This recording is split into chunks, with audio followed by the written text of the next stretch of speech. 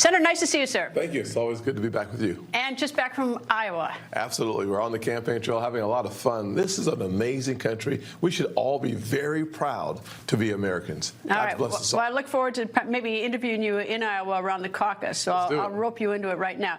All right. I want to talk about the border. Yes. Because Homeland Security Secretary Alejandro Mayorkas was just quoted as saying, there is presently an acute and immediate need to construct physical barriers. This despite the fact that in January 2021, Biden administration declared the end of a national emergency at the border. Unbelievable. Here's what we're learning. It's not the deaths of 70,000 Americans in the last 12 months because of fentanyl that's motivating President Biden. It's when blue state governors call out and say, you're not doing your job. He is more concerned with the blue state governors on this really important, dangerous issue of an insecure, unsafe, and wide open border than he is of the evidence that has devastated American families in nearly every single county in our country. It's unbelievable. It's not just the governors. Now a couple mayors are actually traveling to the border. But I guess for me, is that, look, you can be a Republican or a Democrat on this whole border thing.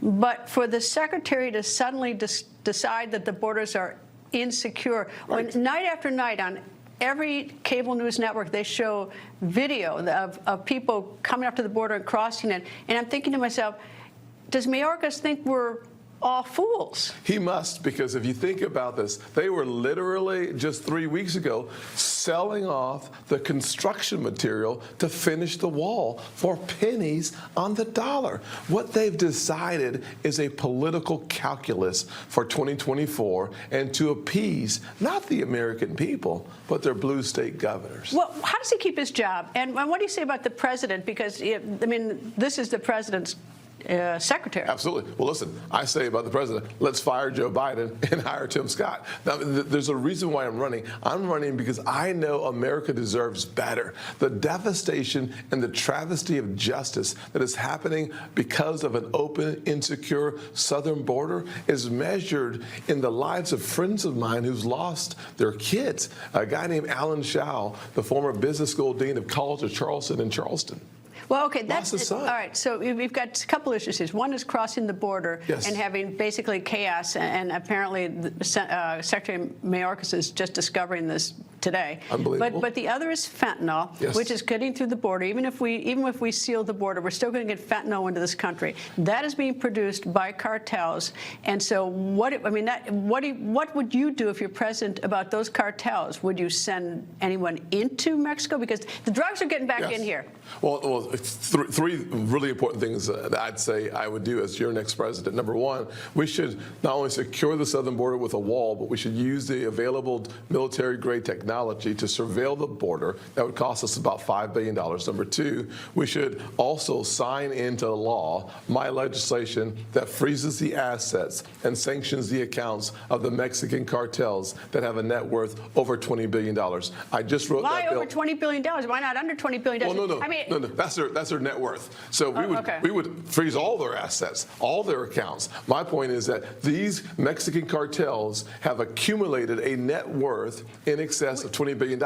And the third thing we should do is make sure that they cease to exist. With or without the help of the Mexican government, we must save 70,000 American lives. Would you send a military force? I know it's hugely controversial, but we sent people into Afghanistan when 3,000 Americans were killed on World Trade Center on 9/11. We have 75,000 every year on fentanyl. The Mexican government has been unable to... Unwilling or unable. Yes. So do you consider this, I hate to use the word because it sounds so extreme, but almost an act of war, this fentanyl coming and killing Americans, and what would you do? Use the full weight of the office of the president to get the result of the Mexican cartel not killing another American life. All right. Is that military force? It is the entire power of the American government and the presidential office. You say that. I take that to mean that. We should say nothing's off the table, but never tell your adversary what you're going to do so they can prepare for it. We have technology from drones, we have resources. There are a number of ways that we eliminate the threat to the American people. But the last thing I would do as President of the United States is to have that conversation on TV. I would just do what was necessary to save American lives. Right. Before you became a U.S. Senator, you were in the House of Representatives. Indeed. If you become president, you're going to be the leader of the Republican Party. Your former job as a member of the House of Representatives, it seems like that House is in chaos right now. It is. How, if you're president of the United States, how are you going to lead? Because you've got two almost very distinctive factions within the House of Representatives, and with such a narrow margin, there's a chance nothing will get done, and we'll continue just to watch this chaos. Well, one thing is for certain, as the next president of the United States, I would create a red wave where we would win back the majority in the Senate, we would expand our majority in the House, and we would eliminate the ability for 4 to 7 people to dictate the vast majority of the House. Listen, that's one of the problems that we have. We have to understand that the road to socialism runs right through a divided Republican Party, and when 4% of the body dictates to the 96%, that's a problem. That problem is solved by winning elections. It's caused by losing elections, and we must have a person at the top of the ticket that can create a red wave. I'm your guy to make sure we expand the majorities. Would you expel from the Republican conference either Matt Gaetz or any of the other 7 who voted to change speakers? I would give the Speaker of the House the margin to make that decision. So you changed the motion to vacate? Well, listen, one of the challenges that we saw at the beginning of this year is when Kevin McCarthy had to make a deal in order to become Speaker, which gave not a minority, but 7 people, 4%, the power to overthrow the will of the vast majority of the Republican members of Congress. I would say, as President of the United States, I'm not going to jump into that hotbed. What I would do is create the type of majority where it would eliminate the possibility of a few rogue members making that decision. And most importantly, instead of us being able to have a longer conversation about the southern border, it's the quagmire pit of the House. Instead of us talking about Bidenomics and the thousands of dollars that the average family has lost, it's the controversy that continues to breathe because of the dysfunction in the House of Representatives today. Our people, the American people, deserve a better path forward. All right. You and I met a number of years ago. Yes. A number of years ago.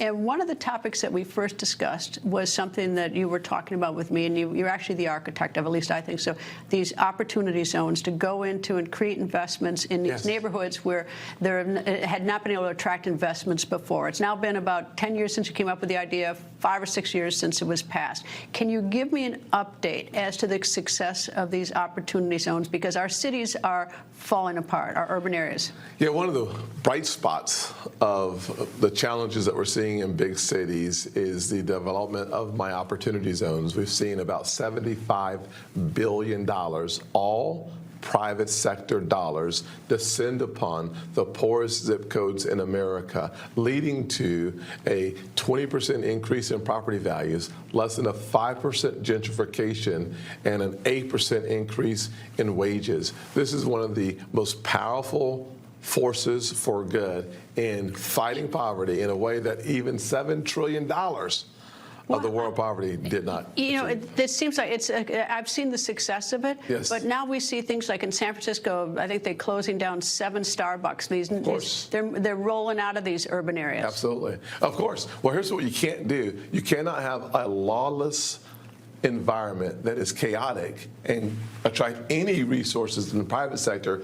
And when you think about the fact that the mayor of Chicago says he's going to figure out how to start opening up grocery stores, that is only reinforcing the failure of leadership in blue cities, the big ones, where the people are devastated.